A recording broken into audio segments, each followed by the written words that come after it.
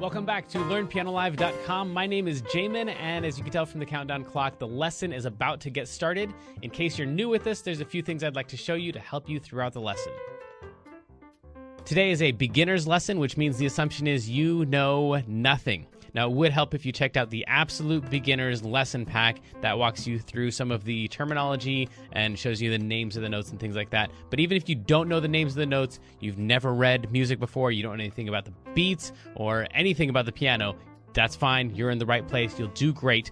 Ask a lot of questions. It's a beginner's lesson, so all questions are fair game. No questions are too dumb.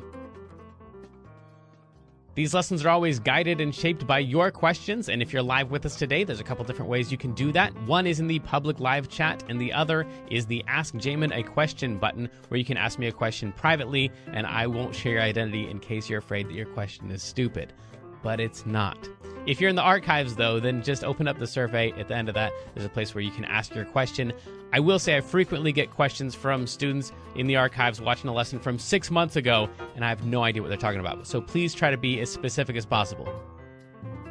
If you're watching this at LearnPianoLive.com, there should be a PDF and an MP3 button right next to this video. The PDF will often have additional video links inside, so you can get more in-depth instruction on each of the topics. And if you're the kind of person who likes to print out the PDF so you can make the same notes on your physical version as I'm making during the lesson, now would be the time to do that. The MP3 is just a play-along track so you can practice more after the lesson. In traditional lessons, a teacher is going to actually present some new concept for maybe 5 or 10 minutes every couple weeks.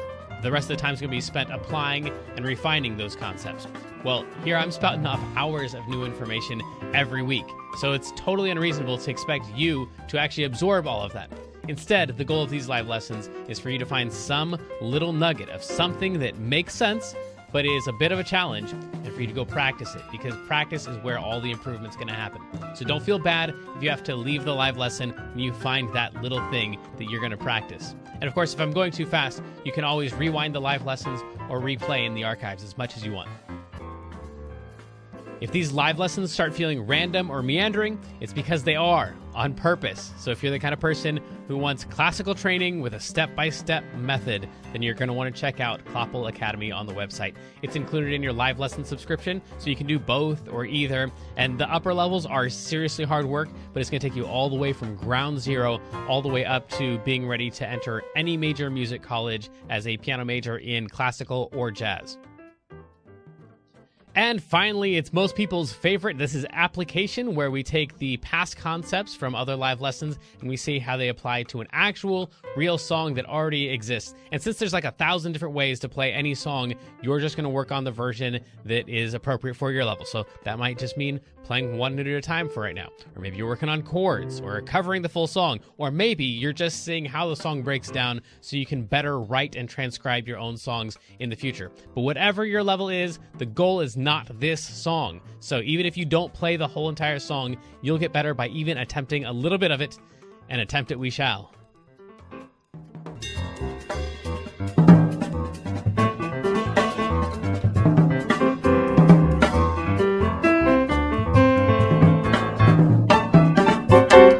You know, I do the songs that you all recommend and that you all want, and every now and then a song that is highly requested also lines up with a song that I absolutely adore. So this is one of those weeks. We're doing Isn't She Lovely by Stevie Wonder. Your accompaniment track sounds like this. I'll show you how to play all of the notes for this song, and we'll break it down like we have done in the past. We're back to somewhat normal here. Here we go.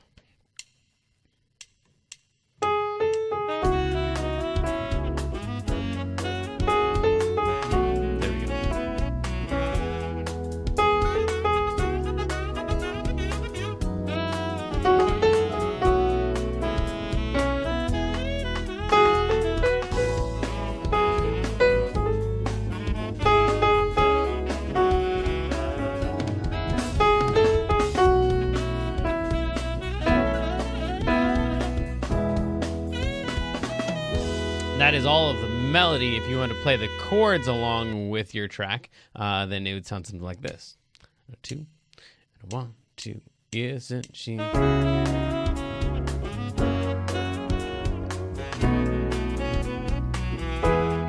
Isn't she proud? questions. Less than 1 minute old. Never thought of love we'd be making one as lovely as she, but isn't she?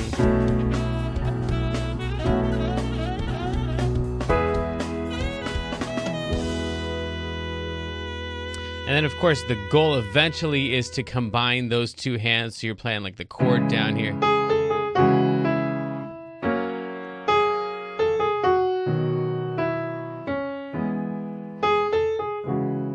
Stuff like that, which we'll get into a lot on Wednesday and a little bit tomorrow when we talk about the theory behind this. Wednesday's officially dedicated to advanced covering this song. So all the tools and techniques that we will use to play this thing through. But let's talk first about all these chord symbols and junk. So the very first thing we have is this C sharp minor. That is a chord. It represents 3 notes. The 3 notes that represents, C hashtag sharp minor, are these 3 notes right here, C sharps and E's and G sharps. So you're allowed to play C sharps and E's and G sharps all you want during the time where it's time for G sharp or C sharp minor. Sorry. If you are more into reading the notes on the staff, any of those notes right there would totally work. Those are all notes in the C sharp minor chord. So during that time, your job is to play C sharp and E and G sharp. By the way, real quick, this is called C sharp because it's slightly above C. This is called G sharp because it's slightly above G. So C sharps, E's, and G sharps, or the bottom note in a group of 2 black notes, the white note just above a group of 2 black notes, and the note that is in the middle of a group of 3 black notes. In other words, anywhere you have a group of 3 black notes like that note right there is going to be in the chord because that's a G sharp. Group of 3 black notes, that one's going to be in the chord. Group of 3 black notes, that one's going to be in the chord. Any C sharps, any E's, and any G sharps are going to work for that section. So you could play all of those that you want, and that would totally sound like a thing during that part of the song. So each of these boxes here is going to get 4 beats. So this box right here is going to get 4 beats. So 1, 2, 3, 4. Then this box is going to get 4 beats. 1, 2, 3, 4. Then this box right here is going to get 4 beats. 1, 2, 3, 4. And then this box right here is going to get 4 beats. 1, 2, 3, 4. And then we're going to start that whole thing again right down here. So that's going to get 4 beats. So there's 4 boxes in each line. We call those measures or bars because there's bars in between each of the boxes. So in total, we've got 4 here, 4 here, 4 here, 4 here. And if you're a fan of the theory lessons that we do, you'll notice that, of course, they're all in sets of 4. We have 4 sets of 4. And each time that it's time for a C sharp minor, right there, and right there, and right there, those are all places where, oh, sorry, we can't see the last line. Those are all places where we can play that C sharp minor chord. Any of the notes will totally fit in there. So I'm just going to play some of these notes during the C sharp minor section. It will sound something like this. Here we go. C sharp minor. 4, 1, 2, 3, 4. This is the B, 2, 3, 4. Here's the E, and here's the next line. Ready? Here we go. 1, 2, 3, 4. F sharp minor, or sorry, F sharp, B, 2, 3, 4. E, 2, 3, 4. A, 2, 3, 4. G sharp, 2, 3, 4. C sharp minor. F sharp. A over B. 3, 4. E, 2, 3, 4. And that's the end of the song. So there's 3 places in the song where you can play that thing right there. You might be able to tell this is going to take a little bit of practice to be able to like follow along with the song, know where you are in the song, and also know what the chord is to be able to jump in and play your notes there. But that is the goal here. That's the thing we're going for. Or if you don't want to try the whole song, maybe you just get used to that C sharp minor chord and try different, we call them inversions of the chord, different ways you can play the chord. These are all different groupings of C sharp minor, and they'll all come in handy when you go to play this thing, because eventually you're going to play it something like this. And a 1, 2, 3, 4, C sharp minor to F sharp to B to E.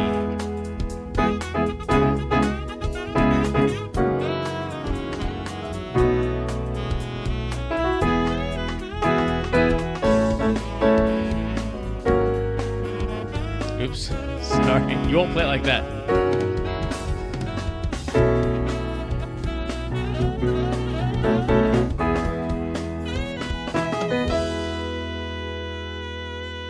With the exception of screwing up some of the notes, eventually it would be something like that.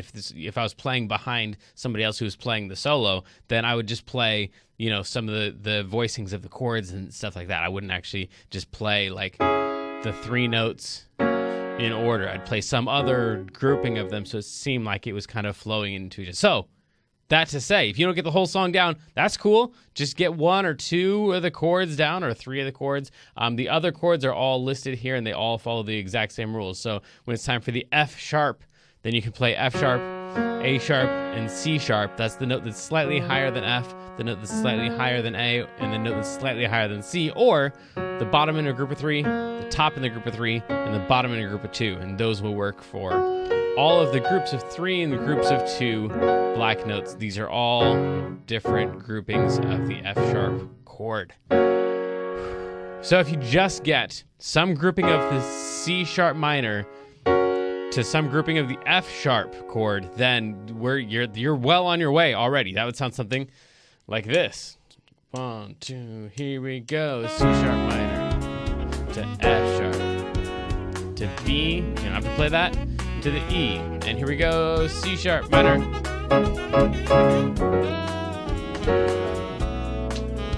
4, E, 2, 3, 4, A, 2, 3, 4, G sharp, 2, 3, 4, C sharp, F sharp. So I don't have all the chords in yet, but you can see how these chords are already starting to fit in. The hardest part is always the transitions between the chords. So practicing the C sharp minor to the F sharp chord, that's going to be the one that we really need to work on, not just playing the C sharp chord. Okay, I get it. I'm playing the chord this way. I can play it any way I want, but doing the counting and playing the chord, knowing what chord is coming up, and then transitioning right on beat 1, that's where all the skill comes in. So practice the chords individually, and then practice transitioning between them, and that's really kind of the whole meat of playing the song. So get used to, I guess, all of these chords. We have 6 in this song. Again, we only have a total of really 24 chords that you would need all together. We have 1 of them that starts on each of these notes, on each of the possible letters. And then we don't count this one because that just starts back over again. And a C chord is a C chord, so it doesn't matter which one. So we've got all those. That's 12 chords. And then we've got the minor versions of all those. So 24 chords total that you'll need to know. And there are 6 of them in the song. So that's a huge chunk of all the total chords that you'll have pretty much in every song. So if you don't get all the way through 6/24, there's a fraction in there somewhere. It's got to be 1/4.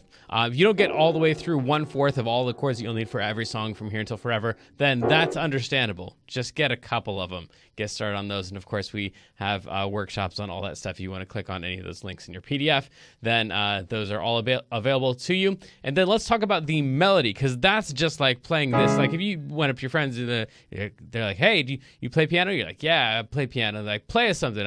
You'd be like, all right, cool. So then how about this song?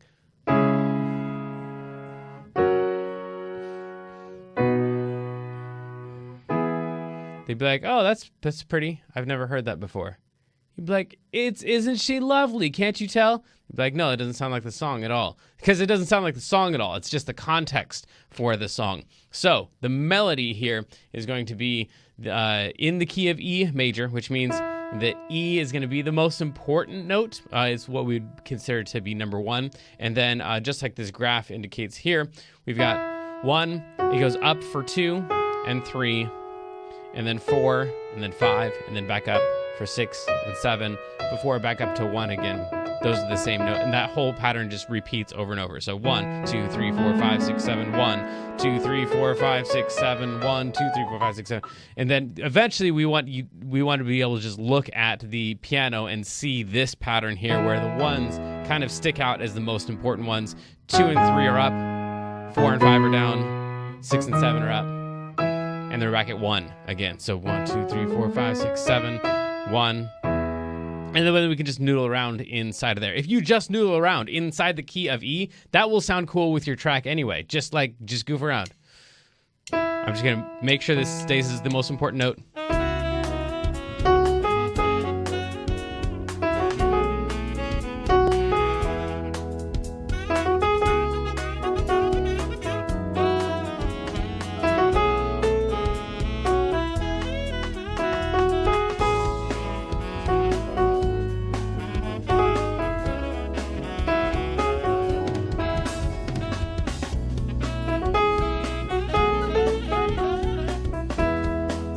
That was just using 3 of them. I was just using 1 and 2 and 3, just goofing around with those 3. I did throw in 2 of the 4s, so that was kind of cheating. But once you throw in the 5 and the 6 and the 7, and maybe the 7 and the 6 and the 5, and once you start opening it up to more notes, then you get even more crazy creative stuff. I would, however, recommend, if you're going to do this, by the way, if you're in Clopple Academy, you're already doing a lot of this stuff with the improv section that you're working on. So this is just improv in the key of E. But if you're not in that, and this is your first introduction to improvisation, I would highly recommend starting with a smaller number of notes. If you start with a smaller number of notes, it's going to sound better. I promise you.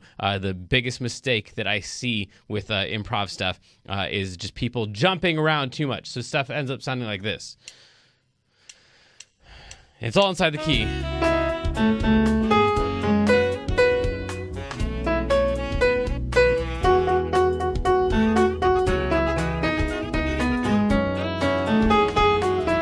That doesn't sound like a thing. Now, if you move mostly stepwise,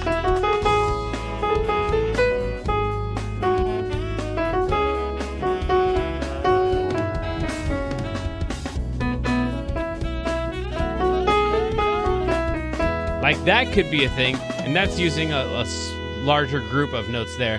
But for the most part, just try to keep it all stepwise, and then just expand one note at a time inside the pattern of 1, 2, 3, 4, 5, 6, 7, 1, and also 1, 7, 6, 5, 4, 3, 2, 1. Okay, cool. So that's just if you're making up your own stuff, but it still doesn't sound like the song until you start playing the numbers in this order: 3, 4, 3, 2, 1. Hey, that sounds like the song. 3, 4, 3, 2, 1, 6. How do you know if it's that 6 or that 6? With the way we have it set up right here, you just got to listen for it. Because if you play, isn't she lovely? 3, 4, 3, 2, 1, 6. Something's wrong there, right? So if you know the song, then you should be able to hear whether it's going up or down. If you can't hear whether it goes up or down, then play one and then play the other and see which one you like more. If you don't have a preference of which one it is, then play either one, because apparently it doesn't matter. Or you just don't care about music. Then 3, 4, 3, 2, 1, 3, 4, 3, 2, 1, 6, 3, 4, 5, 5, 3, 4, 5, 4, 3, 3, 3, 2, 1, 2, 1, 6, 3, 4, 3, 2, 1, 6, 5, 1. Bam! Isn't she lovely? Let's try that. I'll try to call out the numbers. I do this for the kids' lessons each week, and usually screw it up, but I'll try to call out the numbers as I'm playing. And a 2, and a 1, 2, 3, 4, 3, 2, 1. 3, 4, 3, 2, 1, 6. 3, 4, 3, 2, 1. 3, 4, 3, 2, 1, 6. 3, 4, 5, 5. 3, 4, 5, 4. 3, 3, 3, 2, 1, 2, 1, 6. Whew. 3, 4, 3, 2, 1, 6, 5, 1. There we go. That is all the numbers, and now it's starting to sound like the song, so you can start playing that. Now, if you can do all that with your right hand and then still play the chords with your left hand, that's where all this stuff really starts turning into something you could play in front of your friends.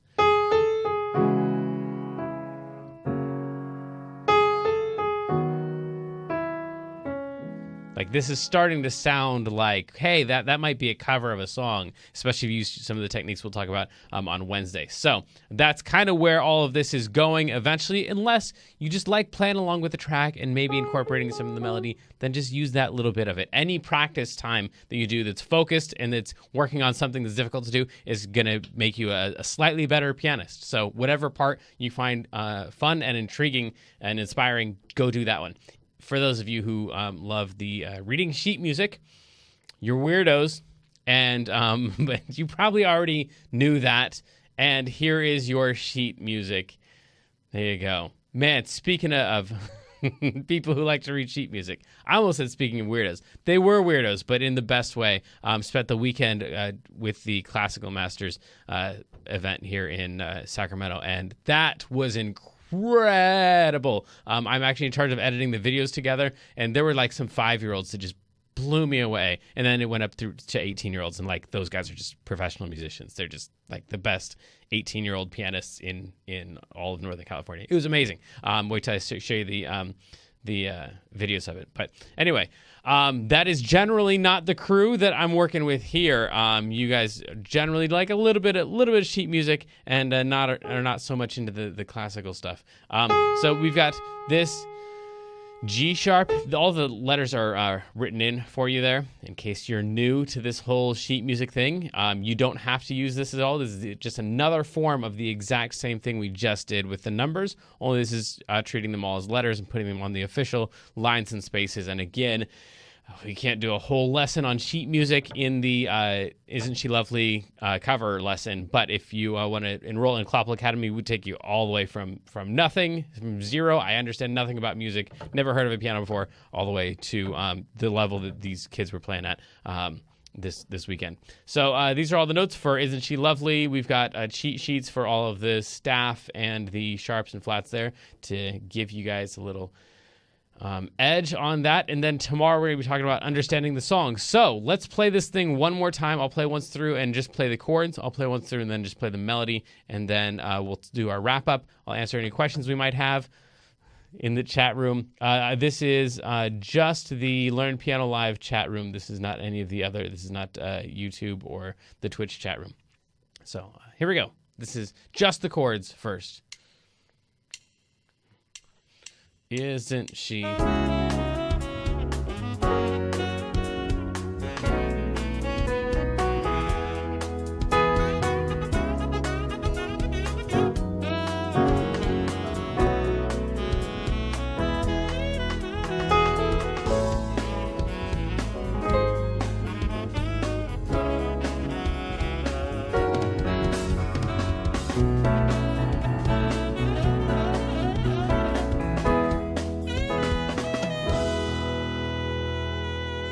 We didn't talk about the slash chords. Sorry about that. So this is actually pretty simple. The A chord is just the regular A chord. So you'd play the A just like it says to on the following cheat sheets. And then over B just means that if you're going to play your left hand in here, if you're going to play the chord with your right hand and you're going to insert your left hand, you'd play a B down there. I'm going to go back to the letters so you can see what in the world that means. Nope. Like that. There we go. So the A chord, and then down here you'd play a B. That still doesn't look like a B. There we go. You play a B in the left hand instead of an A like you would usually play. That B is not in the chord. The A chord is A, C sharp, and E. There's no B in there. So that's just the bass player would play the B. And if you're playing with your left hand in there, playing the chord in your right hand, then your left hand is your bass player. So you're playing the B right there, and I think that is it. Let's go through again, and I'll play the melody this time. 2, 1, 2, 3, 4, 3.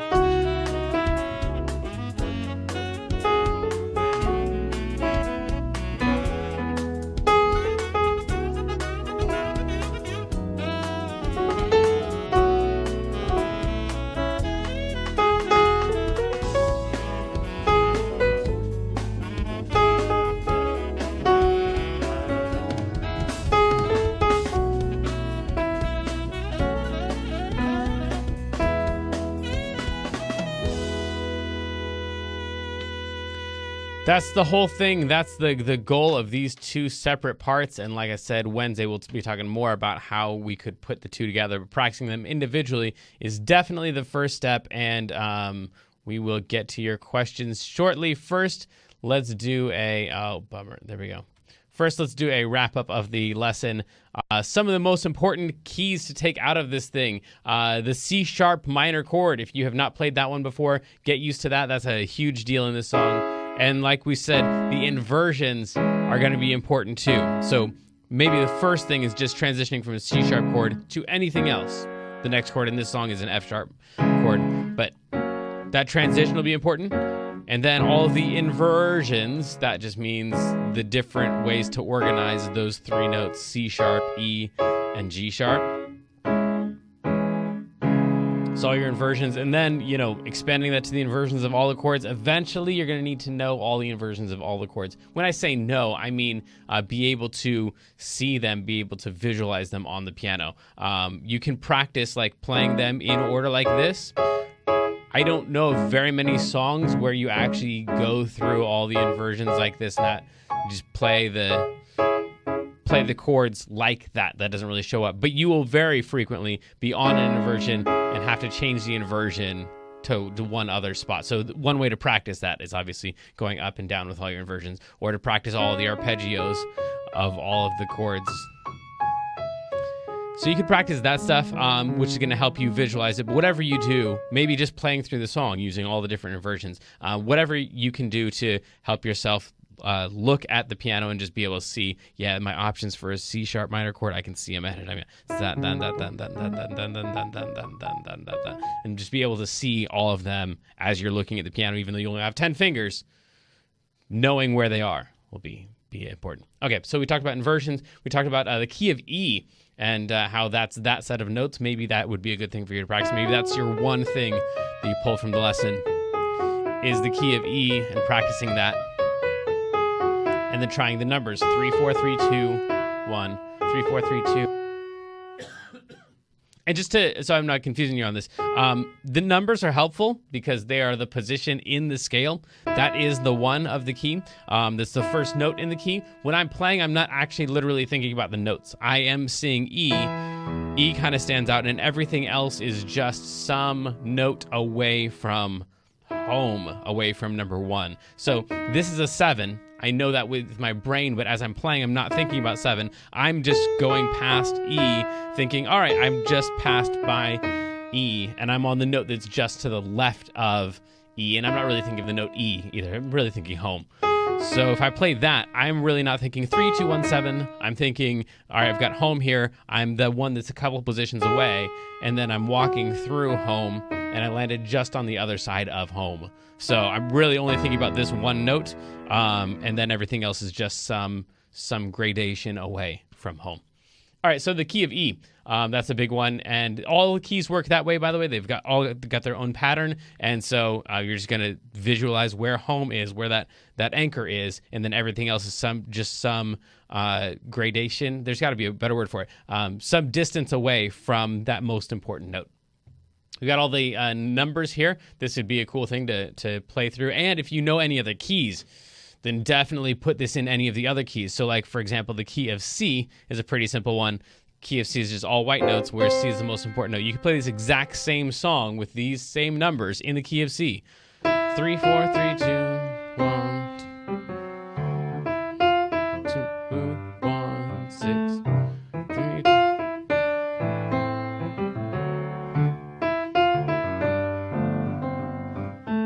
It's still going to sound just like the song, because as long as you pick a key ahead of time and you play the numbers inside the key, then it's totally going to work. But you're going to need to know the pattern of the key. C is the only one that's that easy because it's all just white notes. So key of C is the only one that you can do that on. The rest of them have some pattern of black notes in them. Okay, and then we talked about the sheet music here. We didn't really talk about it. I just said that it exists, and for some of you, you will really appreciate that, and some of that will be, for some of you, that will be a thorn in your side, and you will be frustrated that I gave it to you and didn't explain it to you. Sorry, it probably wasn't for you. It was for the other people who are going to complain if I didn't put it in. That's all of that stuff. Let's go ahead and I guess we'll do our feature of the day, which there is no, really? Okay. Nope, we'll save our feature of the day till tomorrow, I guess. We'll double up on it. But let's do questions and answers. Questions, definitely. Answers, hopefully. Let me refresh, make sure I got everything. Okay, cool. And then I've got who played this song during the intro to the broadcast test. His name, I have read it a lot. I don't know how to pronounce it. Borelli.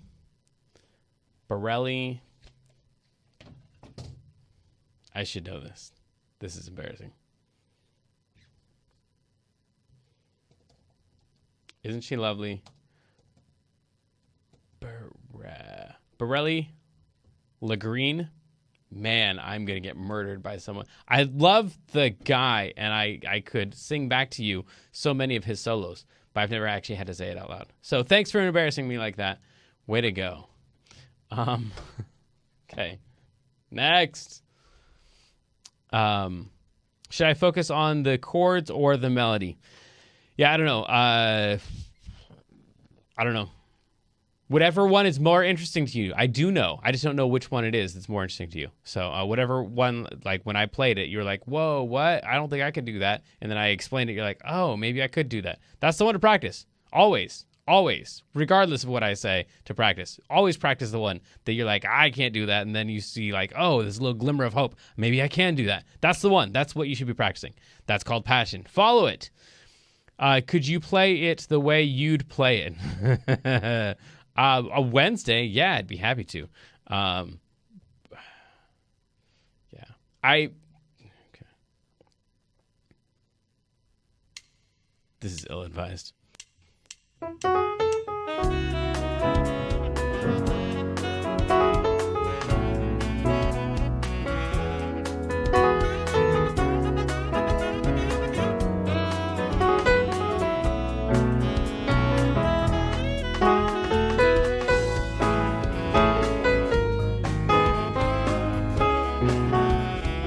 See, as I said,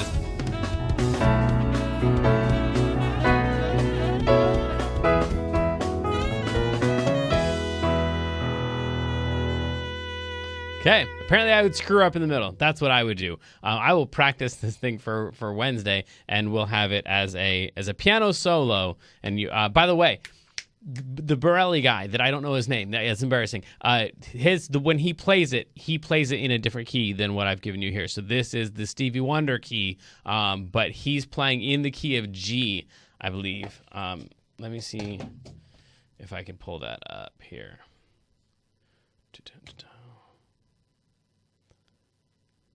It's that dude right there. Play. Oh, there's like 25 seconds in there.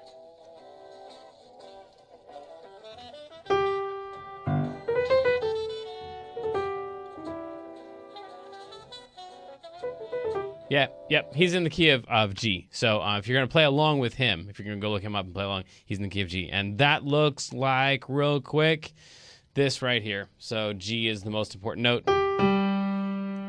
And watch out for sevens. Sevens are the black notes. 1, 2, 3, 4, 5, 6, 7. So it'd be 3, 4, 3, 2, 1, 3, 4.